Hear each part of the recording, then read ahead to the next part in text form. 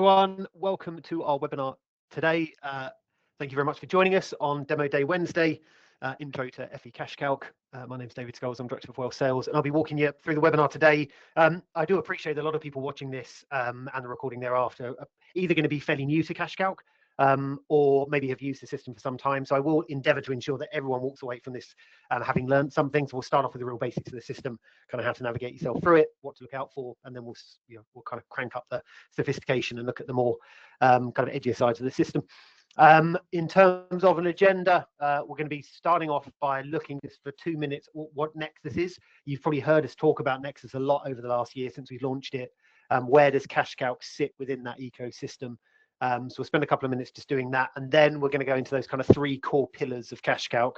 Kind of the beating heart of the system is a cash flow tool, and we have a gross and a net modeler. So I'm going to explore both of those and explain the subtle and not so subtle differences between the two.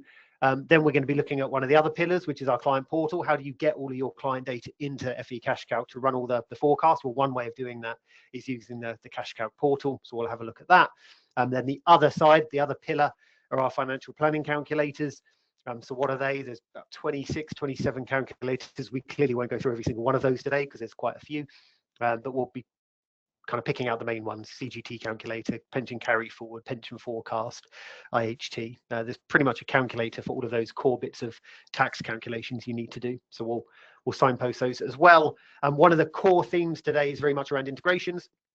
So how does CashCalc not only integrate into the portal within CashCalc itself, but how does it integrate to the other areas of our Nexus ecosystem, analytics, Nexus AI, but also how does it integrate to the outside world as well? What about your ecosystems that you're using, like with your CRMs, your X-Plans, your Curos, your IOs? How can we integrate our world into yours? You can pass the data back and forth. We'll be touching upon that. And then just finally, we'll answer any questions you have as well. So as always, if you've watched the webinars before, you'll have a little question box somewhere on your screen, the GoToWebinar question box. Feel free to click on that option and ask as many questions as you like. And I've got a couple of colleagues waiting for those questions to come through. And as they come through, they'll provide an answer. And any left unanswered at the end, we'll jump on and make sure they are answered for you. Let's just escape out of here. And let's just quickly walk you through Nexus for a minute, just to kind of set the scene more than anything else. So as I said, you've probably heard of us talk about Nexus. Nexus is our kind of fully integrated tech stack.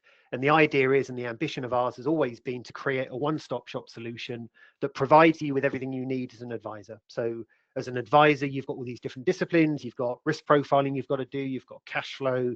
You've got fund research. You've got comparisons. You've got platform due diligence. You've got annual reports, suitability reports. Could go on and on platform due diligence. There's no end of the list is not, there's no ending the amount of stuff you've got to do. So the idea is to create a one-stop shop solution that does all of that by integrating all of these different bits of kit that have been designed for those disciplines. So at the moment, our Nexus stack looks a bit like this. CashCalc there in the middle, which we'll be focusing on heavily today.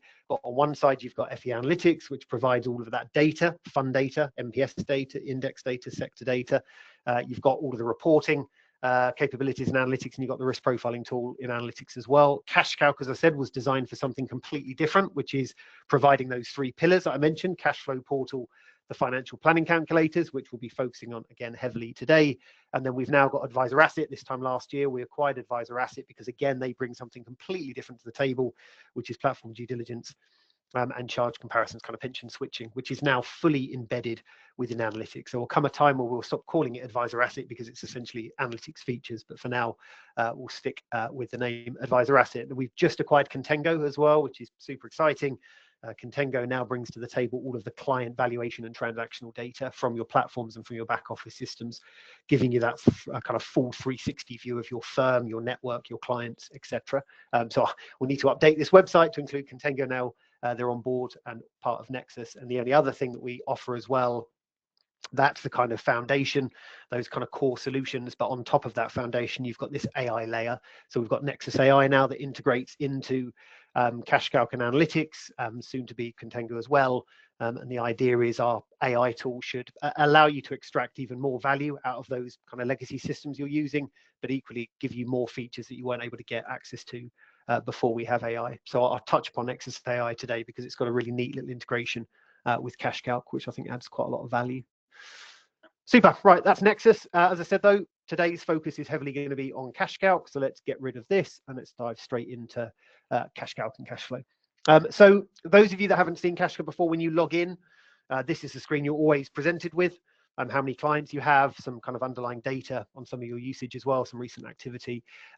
With CashCalc, the way the system works, and I think it's pretty similar to every cash flow tool, it works by blending together your client data and the features that we've built for you. Those of you that are familiar with analytics work slightly differently. With analytics, we provide all of the fund data and all the MPS data and the portfolio data and all the features, and you just come onto the system and start building stuff. CashCalc's a little different. We provide all the features, but you've got to provide all of your client data. How do you get your client data into this system to then start generating cash flow? That said, a bit of a caveat, there's nothing stopping you jumping into CashCalc and just loading up a blank canvas and start building a cash flow on the fly. But we won't focus on that today. Today will be about the kind of the path of least resistance is to get your client data into CashCalc, and then you can leverage that data to create cash flow a lot quicker. So how do you get your client data into CashCalc? That's the first question. So I can first of all just simply pop in names. So if I want to build a brand new client in CashCalc, I've got to click on Add New Client at the top. Just pop in their name, their date of birth, whether they've got a spouse, etc., and click on Add. You'll notice the import from back office. So straight away, there's integrations into most of the back office systems. Under the Settings tab, I won't go in there at the moment, but on that Settings tab, you'll have an integrations button. Click on that. All of the providers we integrate with, the core ones, these Curos, your IOs, your X plans, you can build an integration between them, or the integration will be built for you, and then you can start passing the data back and forth between these two systems. I'll focus on that quite heavily over the coming 5 or 10 minutes. So that's how you build a client manually. And once you've built the client, if I come back to my home tab where I was a second ago, I can either add a client or view my clients. And if I ever click on view clients, I've got 22 of them. I can select any one of them. Just before I do that, you can add tags as well to make this page slightly easier to navigate.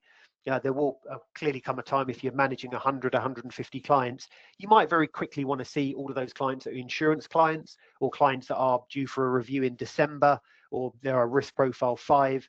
Just bear in mind, I'm not going to labor on this too much. It's quite a simple feature, but you can click on this little add button and you can basically build your own tags. So you can tag clients and then you can filter clients. So I can say, okay, well, if I need to know all the clients I'm supposed to be providing a review for next month, let's look at my December review clients, etc. And I can add filters. So that's just a neat little addition we added a couple of years ago to make it slightly easier to sift for all of your clients. Also, you get little icons as well pop up to say if that client's doing a fact find on CashCalc, if they've got any messages going back and forth, or if they're integrated into one of your back office systems you've got integration with. So just before I get onto any one of these, let's just click on, or any one of the ones I've already got data on, let's just click on Joseph Brown, because I don't think Joseph here has been onboarded into a portal. No, he hasn't. Okay, so every single client you click on, you'll get these main tabs along the top here, and we'll focus on a lot of these in today's session. Most of them relate to the portal. Obviously, as I said before, if I wanted to, I can just simply click on that cash flow button, blank page, and now start building cash flow. Client's got 600 grand pension, incomes, expenses, yada, yada, yada, start building the cash flow from the ground up. But I don't want to do that because I want to get the client data into CashCalc to then push that into a cash flow. It's a much kind of more elegant way of doing it. So again, how do I get Joseph's data into CashCalc? Well, if I click on that onboarding button at the top here, one way of doing that is to invite him to the client portal. So that's your unique login at the very top there. So you can just provide that to clients, or put that into a QR code, or add that to your email signature. And when anyone clicks on that, that will take them to your personal CashCalc client login. But if you wanted to invite this client to the portal, you can click on invite client to portal. And you've got a few options here. You dictate the invite. So you pop the client's email address in there, preview email, and it will tell you what that email will look like when the client receives it. It's going to have your email address, your color coding, and they can just click on create a secure portal account, and then they can create that. And the calls to action then is, what do you want the client to complete once they get into that portal? That's entirely up to you. So at the very bottom here, it's giving you that option. Now, automatically, it's going to assume they want to fill in a fact find. So you've got the default fact find. I would stress you can change that though. You can build as many fact finds as you like. You can use the base fact find and adjust it. So if I click on edit here, the client is going to get the base fact find, which we'll have a look at in a second. But if I click on edit, I can change that. So I've built a mortgage fact find. I've built a vulnerability assessment as well. So again, under that settings tab that I referenced earlier, if you click in there, there's a fact find option there. You can build your own fact finds, and you can build as many as you like, and then basically flip between the different fact finds depending on what client you're talking to. But I want this client to fill in the base fact find, and if I click on customize, you'll see all the sections available within that base fact find. So maybe for this particular client, I don't need them to complete their personal details and their employment and loans and mortgages. I've already got that in the back office. So maybe I can get rid of all of this stuff that I don't need and just basically turn it off and click on save. And when the client goes and fills in that fact find on the portal, they're only going to get those 4 tabs to complete. So it's all very, very flexible and customizable. But that's the fact find. Yeah, I want them to complete the base fact find. Do I want them to sign off any document when they first land in that portal? Yes or no? So again, under that settings tab, when you click on it, you can hard code documents. So when I invite someone to the portal, by default, my terms of business are going to be there. And yes, I want that client to agree to it. So when they first load up the portal, they'll click on the terms of business and it will say accept, and they'll accept it, and that digital acceptance will come through on your side as well. Also got links. So maybe I want the client to have some links when they first log into the portal, maybe links back to my website, maybe some blog posts, maybe my social media channels. So I can add links in here. Again, I'll signpost that when we get into the portal. CashCalc's got an ATRQ as well. So do I want them to complete the ATRQ when they land in the portal for the first time, include capacity for loss, knowledge and experience questions? Yes, I do. I'll turn that on. And also we probably won't go into this in too much detail today, but we've got an ethical ESG questionnaire that will just basically give the client a 1 to 5 grade. If they're super ethical, it's 5, not very ethical as a 1, on a dark green, light green scale. Yes, I do want them to complete the ESG questionnaire, and I can also get them to do AML checks as well. That will be charged to you at £3.20 per client that does it. So bear that in mind. That will just be added to your direct debit, but I can now click request AML. So when I want the client to onboard themselves, I can send that invite, click on send invite. I'll do that now, and that will be sent to the client. They can complete what they need to, and then it will just constantly give me email notifications and message notifications on CashCalc as and when the client logs in and does something. And they've also got instant messaging as well, so they can actually send me messages in that portal. So that's getting the client to onboard themselves. What about a client that's already got the portal? Let's show you what this looks like. If I come back to my client tab at the top, we'll let Joseph go into the portal and onboard himself, for want of a better word. If I click on Keith Baker, this is a client that's already onboarded himself. So if I now log into the portal, I'm going to pretend now to be Keith Baker. Give that a second. Actually, you know what? I'll just log out just to show you what the login screen looks like. Here we go. So this is a login screen. There's actually a neat little video here. What is a secure portal? You won't be able to hear the, I don't think you'll be able to hear the sound. It's just coming through my headset. But it's a nice little video that just explains what a portal. I can't hear anything now because I've got the sound coming through. You get a nice little kind of video that explains exactly what a portal is and what it does, which is quite nice. There's also a nice little video that explains what cash flow planning is as well. Again, I'm going to keep referencing that settings tab. Again, just to signpost it one last time. It's that one whenever you're in CashCalc. It's that settings tab there. You'll find the 2 videos. They've got embed codes. So very, very simple to add to your website. I'll give you an example of this actually. It's one I came across recently. I'm sure this isn't sensitive because it's an open website, but any website you can add that into here. What is cash? There's a cash flow planning, but it will be branded with your logo as well, so you can watch. So not a lot of people know that. There's 2 really neat little videos there that you can embed into your own website. So I'd point that out. But when the client logs in, there we go. Just click on log in. When the client logs in, you'll see the signpost here. What do I need the client to do for this particular client? I want them to fill in the fact find, AML check, ATRQ, and ESG questionnaire. And you've got a load of links on the right-hand side that I referenced earlier as well. So very quickly, I can click on my advisor's Calendly link to book myself a meeting. I can go onto their LinkedIn account, their new blog post, Twitter feed, X feed, etc., etc. And I can also upload my own links and documents as well. So I can have links to my car insurance and home insurance, etc. So the portal should be just that. It shouldn't just be a way of communicating with the advisor and the client. It should be a place that the client can go into to actually store things that are useful for them to be able to access later on. But the fact find, I'll just quickly take a look at this just to show you what this looks like. This is the base fact find. So the client will go into the fact find and then just start adding all of their details in here. So this is their personal details, husband and wife. They can add in all their employment details, their incomes, their expenses. Obviously, just very simple options to add an income, add an expense. Same with pensions, and then savings and investments, or any kind of other assets like a second home, any loans, mortgages, health and protection, and then any final objectives as well. Want to retire early, discuss creating a life insurance policy, and then finish and review. And once that's finished and reviewed, if I take my client hat off, I'm no longer Keith Baker and I want to be the advisor again. If I log in as the advisor, whenever I click on that fact find button, I onboarded them with that button. Then I click on the fact find button, and it's basically just a shared document. I've got this shared fact find between me and Keith Baker. Keith Baker accesses that fact find via the portal. I access it via my CashCalc account, and anytime I can go and look at exactly the same fact find and add in and tweak anything necessary. But all of that detail and information you're sourcing via the portal will simply be stored in that info tab here. And this is what we need to then push into a cash flow. I'll get onto cash flow in a minute, but this is also that first pillar, that portal.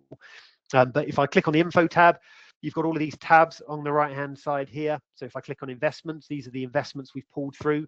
And there's an ISA and NS&I bond. I've got the one pension of his, Keith Baker, 600,000, any kind of assets, his home and his second home.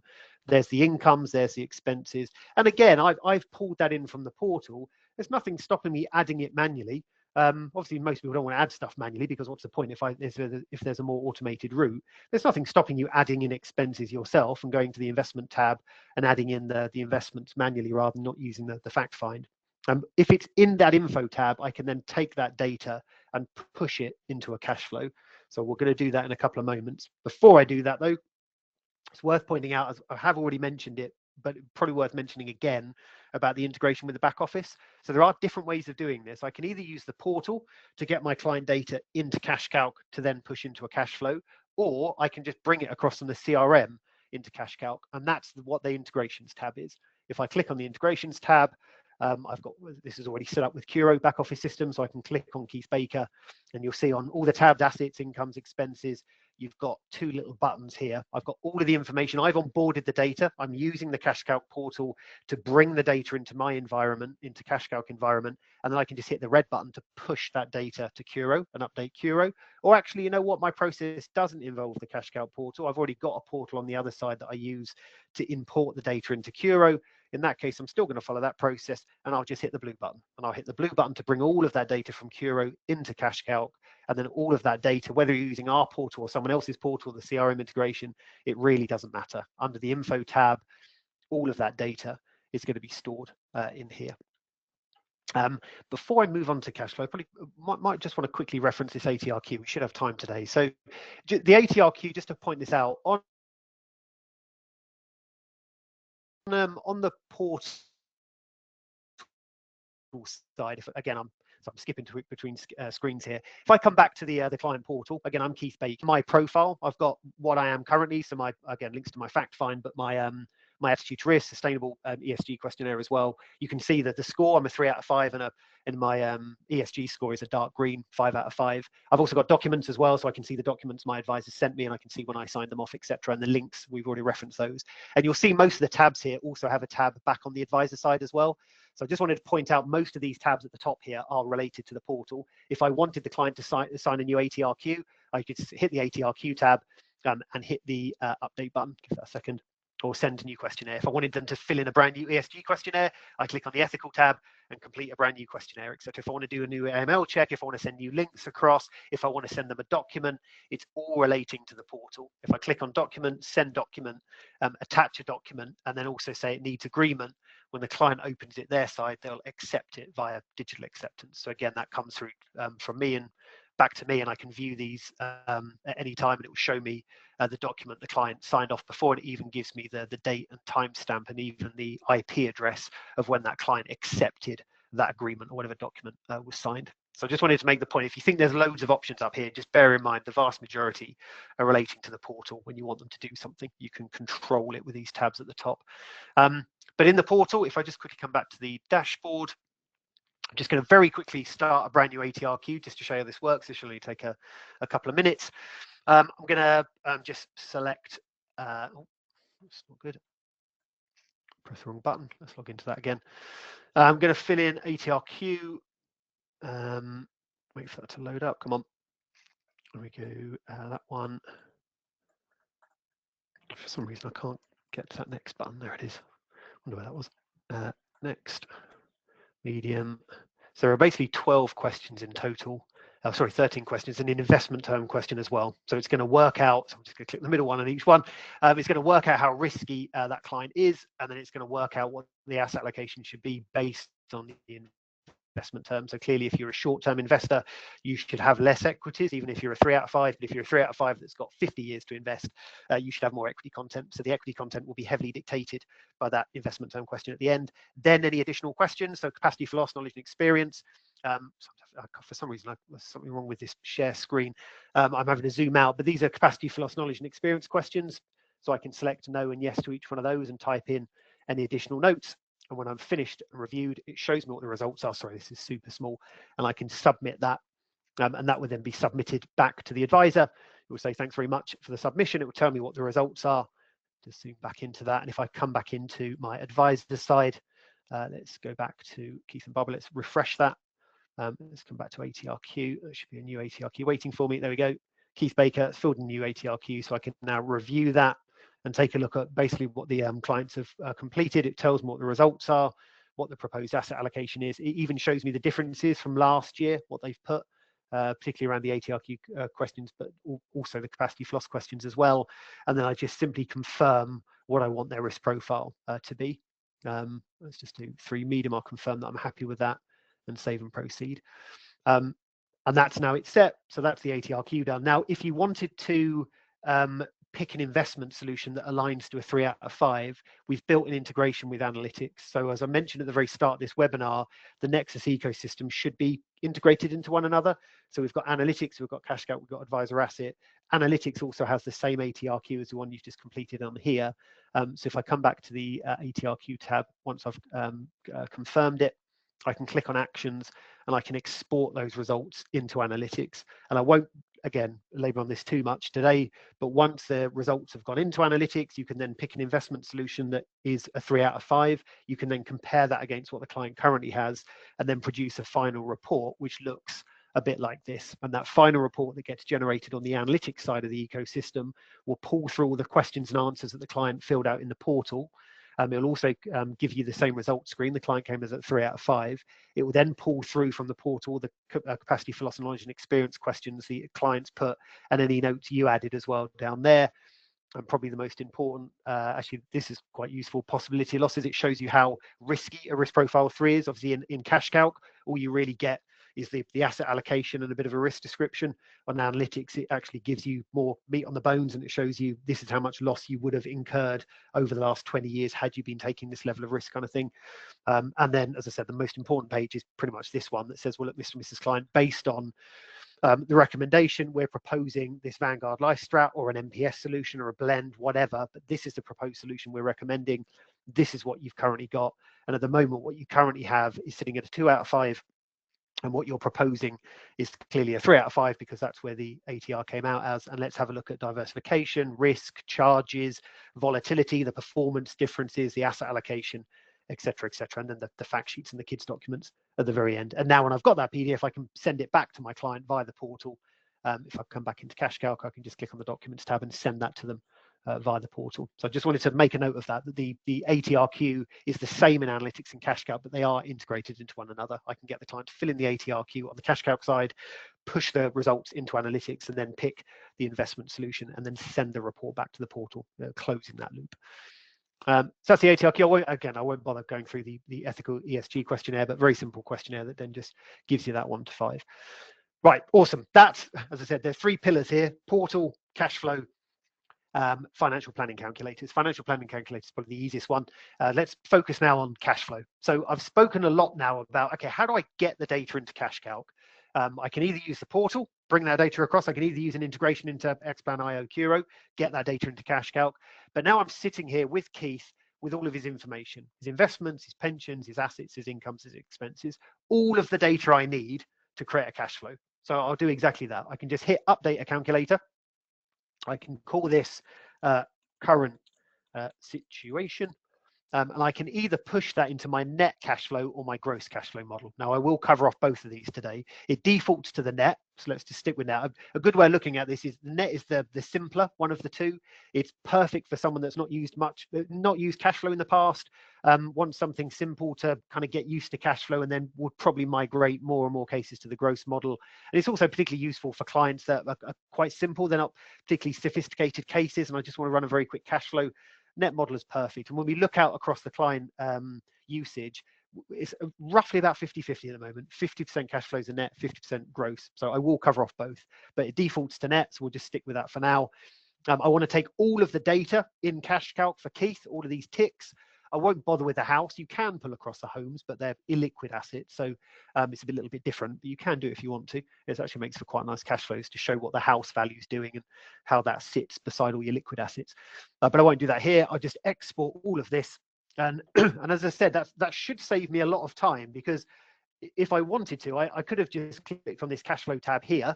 And as I keep saying, start off with a blank page and just add the levels of complexity in here. But it's just done that for me automatically. So I've got all of these input tabs at the top here until I get down to my cash flow model. And the input tabs are just that. I've got to tell it some assumptions. What's the inflation rate? We're just going to set that at 2.5. The gross model has got 3 inflation rates, so I will signpost that in a few moments. Forecast ends, when we want it to end, and a nice little timeline at the bottom. I'll explain this in a few moments. Savings pots, what are they? Well, I don't need to add the pension, the ISA, and the NS&I bond, because it just pulled it through for me. It's also pulled through the growth rates. Again, I'll come back to that in a few moments to show you how you edit them. And then gives me all the incomes and expenses.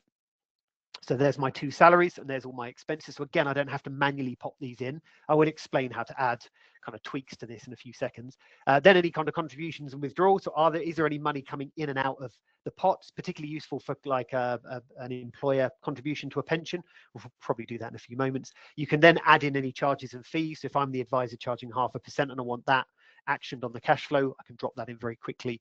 So these are all my inputs, and then finally I get a cash flow. But that's just done that dynamically. That's taken a matter of seconds. Again, CashCalc's got all the underlying data it needs to run a cash flow. It's created and rendered a chart image now for me in a few seconds, and now I can start making adjustments and tweaks to it. First thing to point out, they've got my 3 pots. My pension, my ISA, and my NS&I, and you can see this dark green patch here. This is a surplus, which means if I go into my money in, money out, this shows all the income and expenses. So my expense line is this black line here. This is how much the client's spending every year, about 36,000, based on all those expenses I pulled through. And the 2 incomes are this. My blue one is my husband's salary, and this is Barbara's salary on top. And you can see there's a surplus because their income is more than their expense. And then suddenly they both retire, and it comes down, and we're making up that void with just selling down assets. And then suddenly there's a big white space here because there are no assets left. So that's why you've got here under savings and time, that surplus is just being put into your current account. Now there is an option up under here, under chart options, to remove that. So you can say, well, actually any kind of surplus is we're probably talking about maybe $1,000 or $2,000 a year. Let's be honest, although there's technically a surplus, that's going to get swallowed and gobbled up by children or a new car or an extra holiday. So that's not really realistic. I want that surplus to disappear. So there's actually an option that says remove the surplus entirely, and it will do that, or remove 50% of it, etc. Again, the gross model is slightly different, so I'll signpost that as well. That's I'm referencing it here. But the client is going to retire in his 60s or their 60s. They're going to work up until their 60s, then they're going to retire, then they're going to draw down their assets, and they're going to run out of assets by the time they're in their early 90s. Now, and mentioning analytics again, there is a new integration between the two that can alter the growth rate, because at the moment, the growth rate of this client portfolio is 4.5%. If I come back to that savings pot at the top here, you can see 4.5%, and I can alter that very, very quickly just by clicking on the edit button and adjusting it in there. So I can type something else. Now I've put 4.5% because the client's in a moderately cautious portfolio at the moment, and I'm actually recommending something a little different. But 4.5%, I think that's quite likely for a moderately cautious portfolio.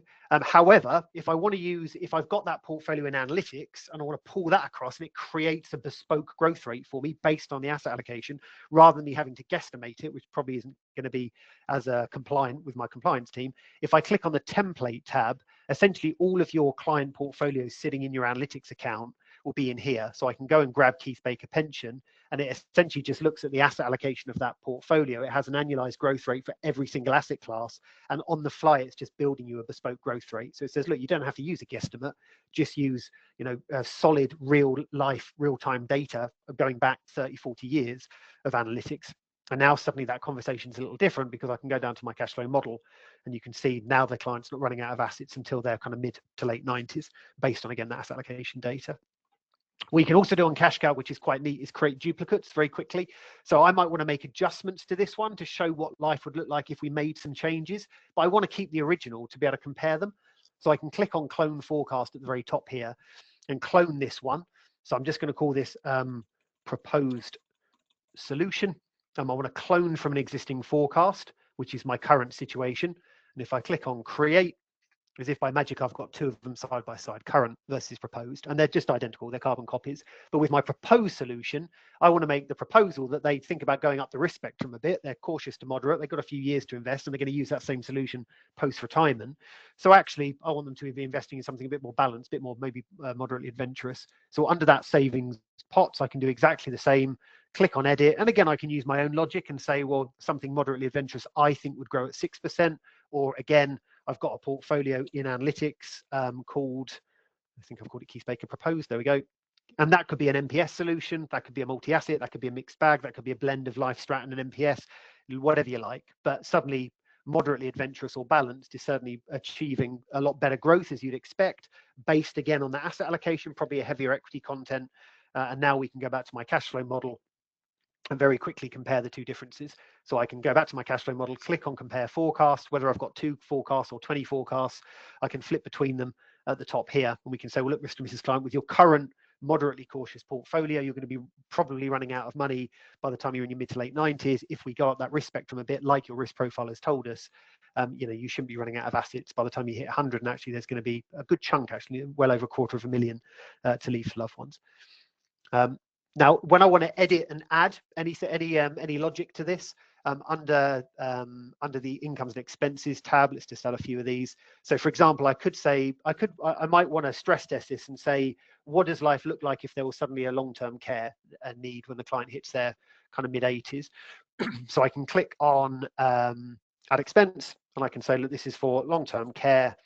It's going to be about £1,000 every single month. And it always asks me for it, unless it's a one-off, it will ask me for a start and end date. So the client, let's just mimic this from 85 to 100, adjust it for inflation going forward, and then I can add that monthly expense. So when you're adding an expense or an income, it's exactly the same logic. It's usually what's it called, what's the value, what's the frequency, when's it start and end, and I'm kind of building up this picture.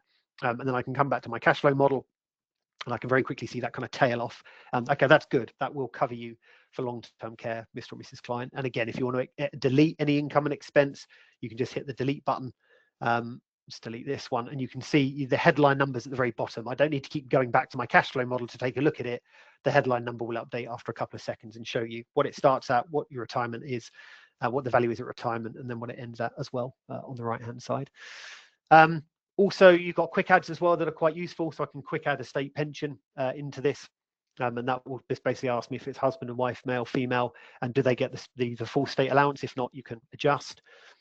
You've also got contributions withdrawals as well. So I mentioned this earlier. So for example, for this particular client who might be, they've got another 7 or 8 years to work, you might want to add an employer contribution into the pension. So you can just simply click on contribution. I can call that pension contribution. It's not coming from another pot. I don't want to put it from my current account it's not a personal contribution from my current account into my pension. It's an external source. It's coming from outside of my cash flow as an employer contribution. So it's £850 every single month going into that pot.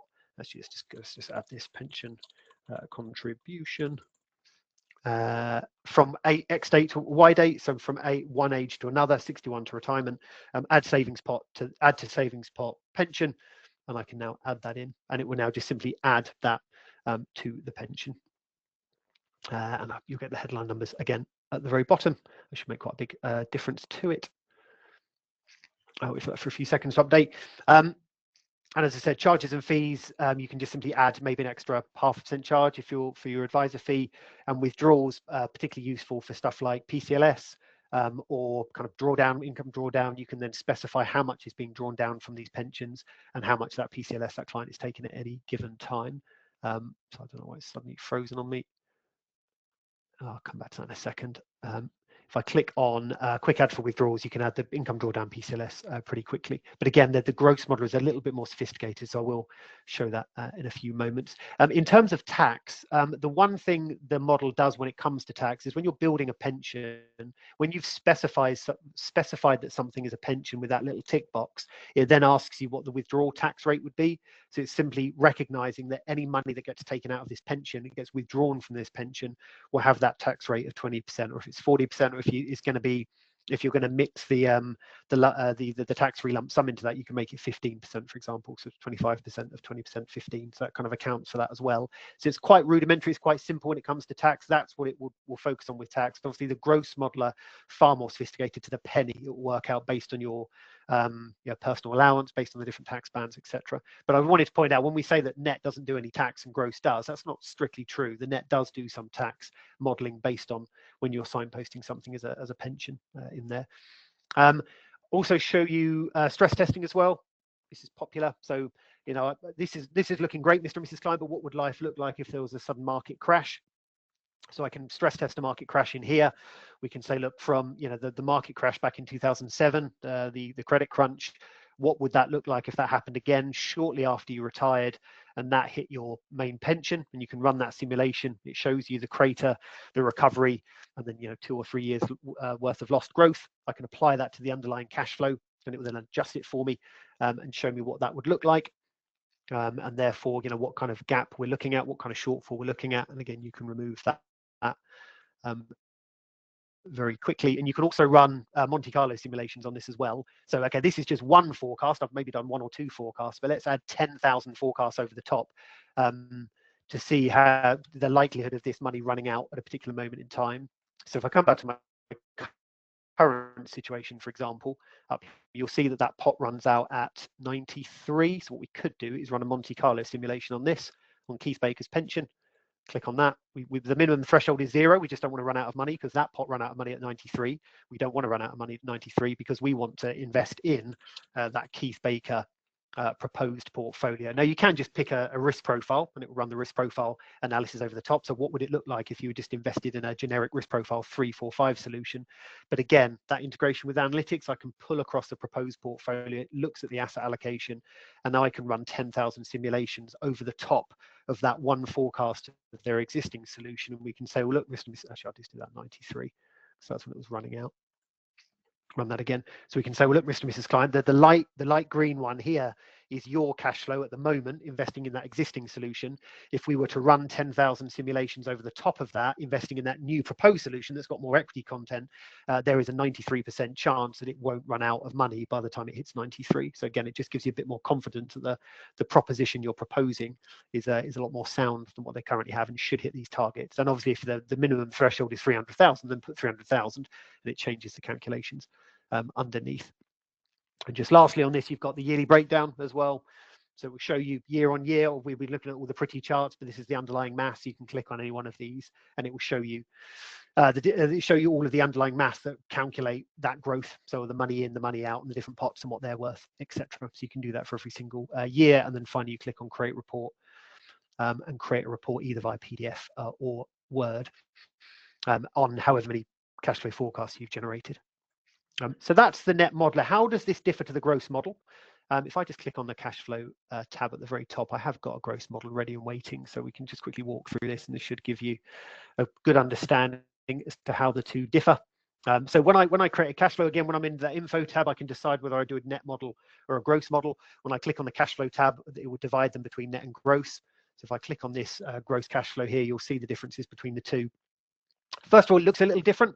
So you've got 5 tabs on the left. So inputs and timeline, these are all the input tabs. They look quite similar in naming conventions to what we were just looking at. Then you've got the cash flow model itself, which will give you that. And then the stress testing, yearly breakdown, we'll cover those off in a minute. But if we focus on the inputs and timeline, if you remember the first assumptions tab I had on the net modeler, Doesn't look that different to this. When does the forecast end? It only gave me one inflation rate. This gives me 3 because of the triple lock. When I start adding in state pension, I want that growing at the triple lock. So that's why I need those 3 figures in there, and it will take the highest one. And also, I purposely referenced that surplus income, the fact that I can decide whether to save 100% of that surplus income or just make it disappear. Well, this is similar. I've got the tab in here. But also that surplus, I can actually decide what pot it goes into, which is different to the net modeler. I can say, well, actually, if there is any surplus, keep it and put it into my client's pension or ISA or GIA, whatever. And that will change the logic on the fly. People and timeline, because this is a tax system and we'll work out the tax for you. For people and timeline, it needs to know what country residents your 2 clients are part of, so it can work out the tax rates under the bonnet. Also, how much of the LSA is being used before the cash flow even starts. So again, that will affect the tax rates or the tax paid. Potentially, money purchase allowance, has that been triggered? So you can tick that if it has. You can even change the pension access age as well. Again, this is just changing the assumptions in the background that will change the tax calculations potentially. You've got the events and timeline, which I'll come on to in a minute, because that's the same as the net modeler. Savings and investments, where in the net modeler you just have basically investments and pensions. They're combined into one tab. This is divide them into 2. So the savings and investment pots, it's divided them because you have to determine the tax rates based on the tax wrapper. So on the gross model, you can specify whether it's an ISA. And if something's an ISA, clearly the system will recognize that any growth won't be liable to CGT and any income won't be taxed, etc. That'll be fully protected. If you specified it to GIA, you've got to tell us what the original investment was and what the starting pot value is today, so it knows how much it's grown by. And again, when you start taking money out of that pot, it will automatically work out the CGT and take it out for you. Also, you can specify with the income being paid as interest or dividends, again, to change the underlying calculations of the tax.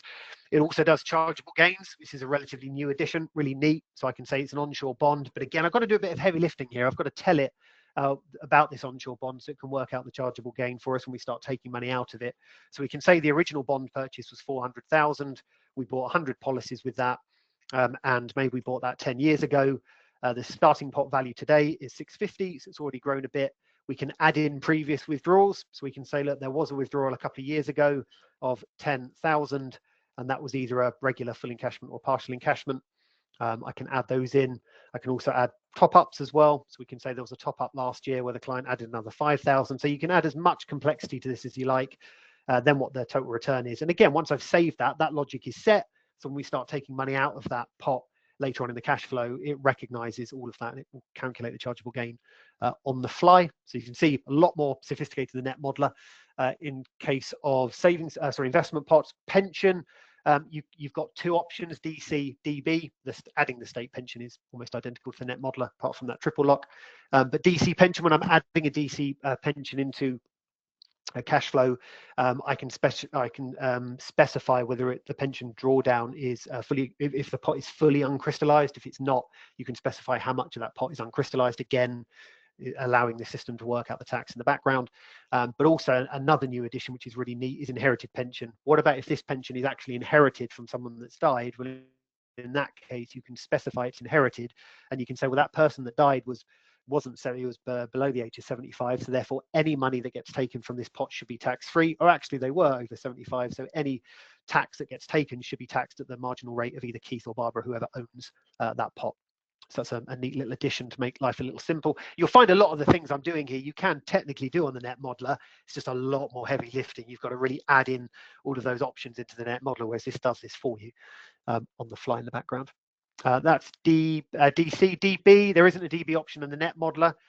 Ultimately, it's just an income. So you'll say the income's called DB income, and how much value is it, what frequency, and when does it start and end, kind of 4 options.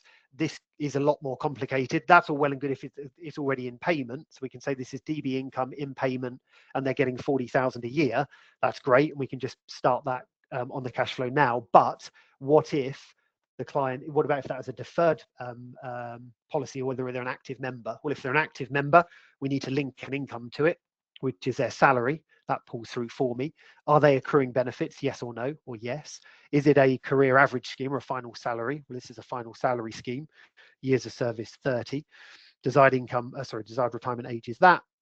Lump sum, desired 25%. and then you can type in the actual scheme information. What's the accrual rate? Maybe it's 1/60th. Normal retirement age, commutation factor for the lump sum it defaults to 12. You can override that if need be. But that's kind of, again, adding the necessary assumptions and logic so that when the DB income comes in 7 years, we can calculate what that income is for you, and we can calculate what the lump sum would be based on the information you provided. Whereas again, the net model is far, far simpler. You have to do all those calculations outside of the system yourself and then tell us what the income is, kind of, again, that net versus gross idea. So again, that's a relatively new feature. Couple of others, you got incomes as well. Again, if you think of the net modeler, super simple. What's the income called? What's the frequency? What's the value? When does it start and end? 4 tabs.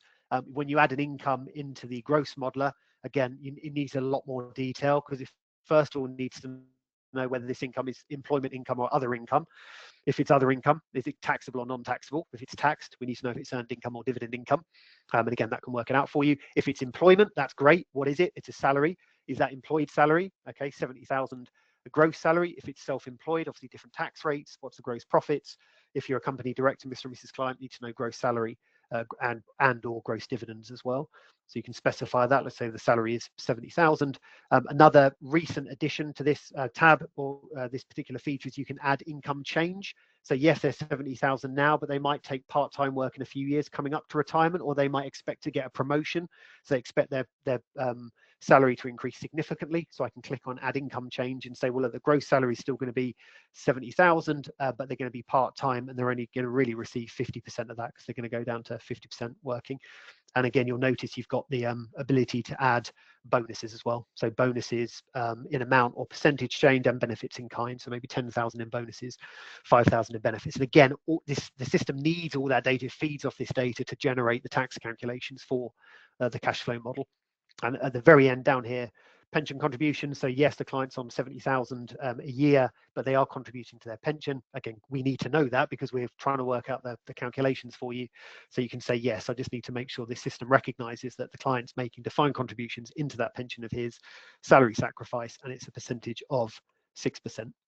So again, a lot more data I'm having to add, but the calculations are a bit more accurate. The neat thing as well is this is tethered to the DB income. So clearly, if the client is changing from part-time to full-time and maybe a couple of years off, that's going to nudge and alter the logic on the DB income that we've just added as well, because it needs to know all of this. So they are kind of nested together. Expenses almost identical to the net modeler, other than you can actually specify whether it's essential, discretionary, or lifestyle spend. When you click on add expense, you've got those options in there. That's quite useful. I'll show you that on the cash flow in a second. You've got transfers as well. This is, again, a new feature. We've added a lot to the gross model this year. In the net and the gross model, you used to have to set up a contribution and a withdrawal. I want to withdraw from A pot into my current account, and I then want to set up a contribution from current account to pot B. So you had to go through the joint account or current account with a contribution withdrawal. I don't need to do that anymore. So particularly useful for bed and ISA or bed and pension. I can just simply set up a transfer now. I don't think I have a GIA example on here, but just a rubbish example. But we can say, look, from ISA to pension, I just want to set up a regular contribution or a transfer. I can call it whatever I want in there. I can say it's going to be 20,000 every year from A date to Y date. And I can even, there's an advanced assumption, which is quite neat, which is tax exempt. So actually for this particular case might be from spouse to another spouse. So I just want the system to recognize, ignore all the tax because of kind of special privilege. And I can just knock that on and click on add transfer. And again, that would just basically set up the contribution withdrawal for you and stitch them together, and charges and fees are the same. So as you can see, a lot more data inputs necessary.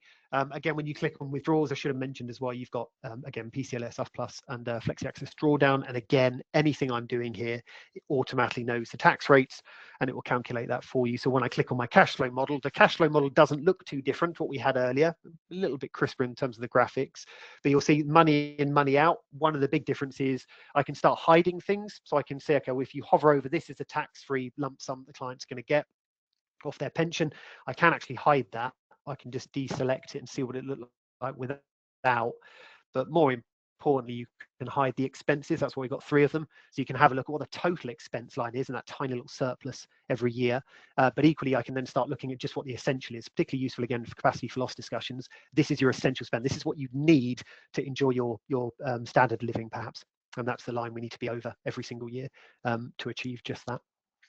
The most important tab, though, in addition, is the taxes. So because we're calculating the taxes, we can illustrate them for you. So under the tax tab, you can hover over each one. That's the tax Keith's paying, it's 15,400 every year, and there's NI contribution, it's just the bold in blue. And you can see how that tax changes throughout the year. Obviously, if CGT's paid, chargeable gains, that sort of stuff, that would be added. And then you've got stress test is just we are going to be adding the Monte Carlo to the gross next year, fingers crossed, that's the ambition. But stress test, you can still do the market simulations. The yearly breakdown is a lot more detailed. So any one of those years I click on, I just said that the client's paying about £15,000 in tax. It tells you why he's paying 15,000 tax because of this amount of tax he's paying on all of these different incomes. And also you've got, if I go into something like this is when he retires. You've got, again, all the tax they paid that year, all the money out, the expenses, the liquid assets, the details of the contributions and withdrawals. The people as well, so him and her, how much of the LSA they've got left, so that's a running total every year. And then insights, if there's anything out of the ordinary, or not necessarily out of the ordinary, but anything worth telling you about, they've got these nice little insight tabs that give you a little light bulb. In this case, it's MPAA triggered. And then create report at the very end, again, similar, PDF or PDF or Word. Running out of time here, so that's hopefully giving you a really good understanding of how the gross model and the net modeler differ. Now, I just wanted to quickly cover off that timeline tab. Under timeline, this is a really useful feature. I can start pegging investments and pensions to these different events. So I'll give you a really good example of this. This shouldn't take too long. I think it's this one. Joseph Brown and his wife Natalie Brown. If I come into my cash flow, the net model and the gross model works the same in terms of the timeline. So this is a bit of a story here. Husband and wife in their 40s. This is what the cash flow looks like at the moment. Give that a second to load up. Here we go. This is what it looks like at the moment. Husband and wife working up until retirement, should have a good amount of assets. They're then drawing down, and they won't run out of money. And they'll have a big pot when they're 100. What does life look like if one of them were to die young? So again, you can set up an event that is early death. Then you can say, well, look, Mr. or Mrs. Klein, if the one of you that is the main bread earner dies and the other one inherits the pension, and unfortunately it's not looking great, you will run out of assets on your current spend by the time you're in your mid-70s. How do we remedy this? Well, what about an insurance payout? Or maybe you can mimic inheritance as well. It's the same sort of idea. You suddenly get an injection of a load of money coming in, and then it's invested. So, you will run out of assets, Mr. or Mrs. Client, by the time you're in your mid-70s, but you've got that insurance payout that will be invested into a secure solution. And then that will be growing behind the scenes. So when you need it at 77, it's worth 576 grand, and we can use that until the end. When the client looks at this and says, this is great, but what happens if my husband or wife dies 2 years sooner or 2 years later? You would have to then go into incomes and expenses and contributions and withdrawals and change everything around. But you don't need to do that if you've nested them into an event. So under the assumptions tab at the top here, I've added an early death event. I've just simply dragged that there and called it early death. And that's at 55. And you'll notice with a lot of the incomes and expenses, I've, rather than, when I'm adding an income or expense, I'll do it for this one, it will give you a start date and an end date. I can either do an age, in this case, it starts when the client is 44, i.e. today. When does it end? Well, I could say 55, but I've actually tethered it to the early death event. And it means that if I ever to change the event, it automatically changes all the things nested into it. So you can see with all the incomes and expenses, I've tethered that to an early death, that to an early death, that to an early death. I think I've done a couple of contributions as well. So my pension contribution to my client's pension contribution will clearly stop when he dies. So in other words, I don't need to now spend 2 or 3 minutes changing all of this. I can just simply come to the assumptions tab, move that 2 years sooner or 3 years sooner, 52 rather than 55, and automatically, if I come down to my cash flow model, it's changed the underlying calculations. So the timeline is really useful for that sort of stuff, and you'll find yourself using that more and more the more you get into CashCalc. Just lastly, I said that this one's the simple one in terms of tools. I've covered off the portal, covered off the cash flow features, or a lot of them. You've got the calculators as well. So there's a lot of them. The ones I wanted to signpost in this though are, you've got Pension Forecaster, which is really useful. It's almost like a goal-based planning tool. Again, the assumptions on the left-hand side, we can say, look, the current pot size is 300,000. It's growing at 5%, assumed inflation rate, and the client wants to retire in 20 years. And then I've got 3 goals. Okay, what would this look like if the client makes a specific monthly pension into the monthly contribution until they retire of £500? And that's my new goal. And it will tell me, well, if the client invests £500 for the next 20 years into that pension pot, their pension pot would be worth 617,000. They'll be able to draw £2,000 a month. Okay, that's great. But what about if the client wants to make sure that the pension's worth at least £1 million? What do they need to do? Well, that's objective number 2. £1 million, save and calculate, and it just works it out for you. They'll then need to put in £1,600 every month to achieve £1 million pension pot, and they'll be able to draw down that much. Okay, that's great. What about if they want to draw down £4,000 a month? What about if that's their goal? Well, great. We can say £4,000 a month, or not 40, £400,000 a month over 40 years. What does that look like?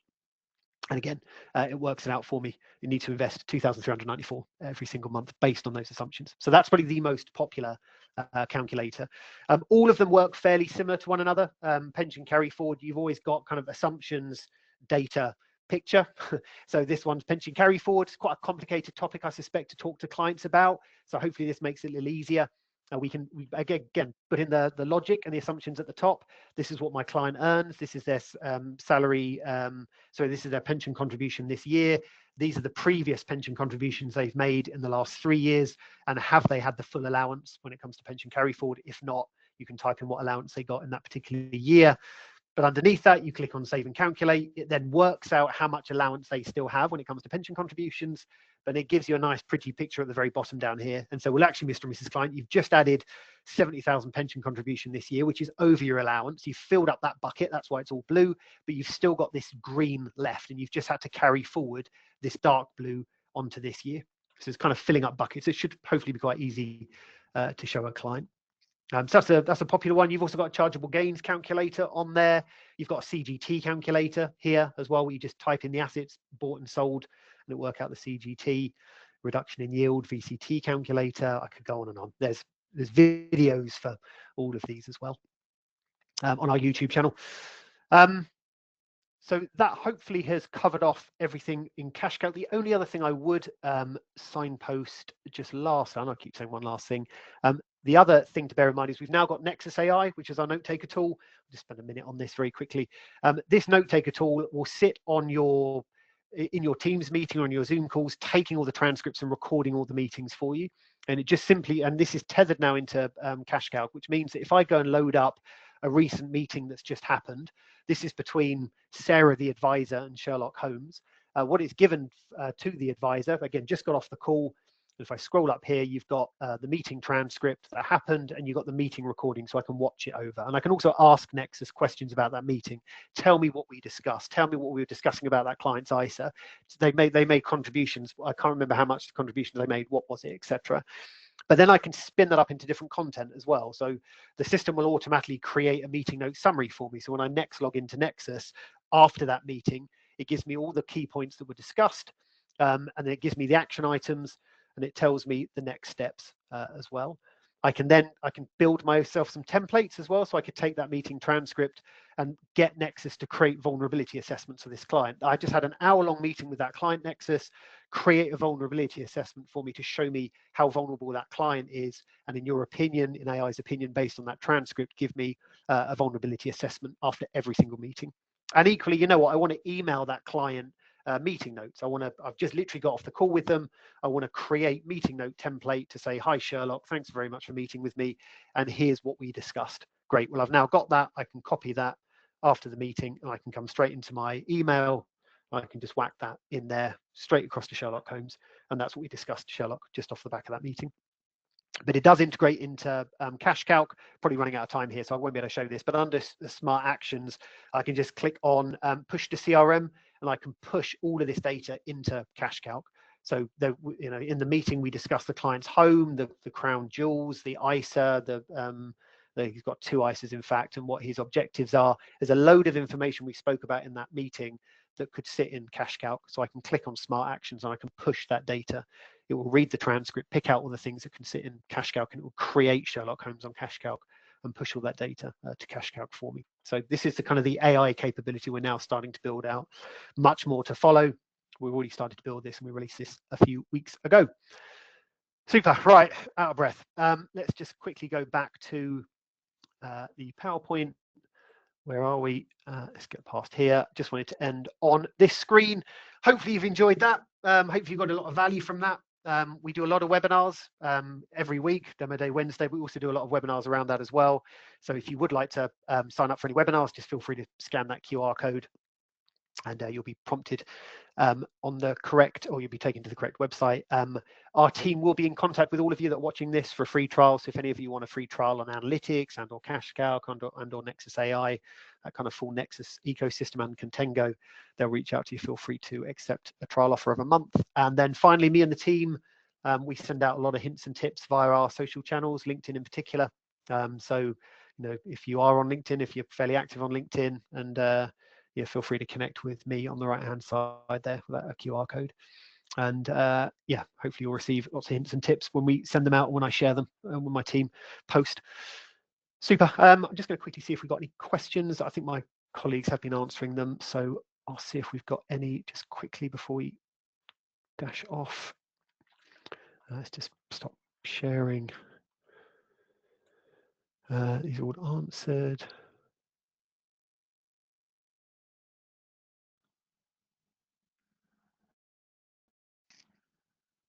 Yeah, very good question, Ben. Yeah, it would be handy if you could make a suitability letter template using Nexus. That is on the roadmap for next year. That's definitely something, that's kind of the direction of travel. When it comes to suitability reports in general, what do you need for a suitability report? We need all of those things I was talking about at the start: cash flow, data, ATR, client data, transactions, yada, yada, yada, charging data, platform availability, etc. We've got all of that in our Nexus ecosystem. So the next stage now is we've got everything in place. Let's tackle suitability reports. So yeah, good question. That is something we're looking at. I think all of those has been answered. Wonderful. Okay. Super. I'll just finish up on this screen again, just in case you didn't scan those QR codes. Again, thank you, folks. Thank you very much for watching. Again, I hope you've found value from that, and hopefully to see you on another webinar soon. Have a lovely rest of the day.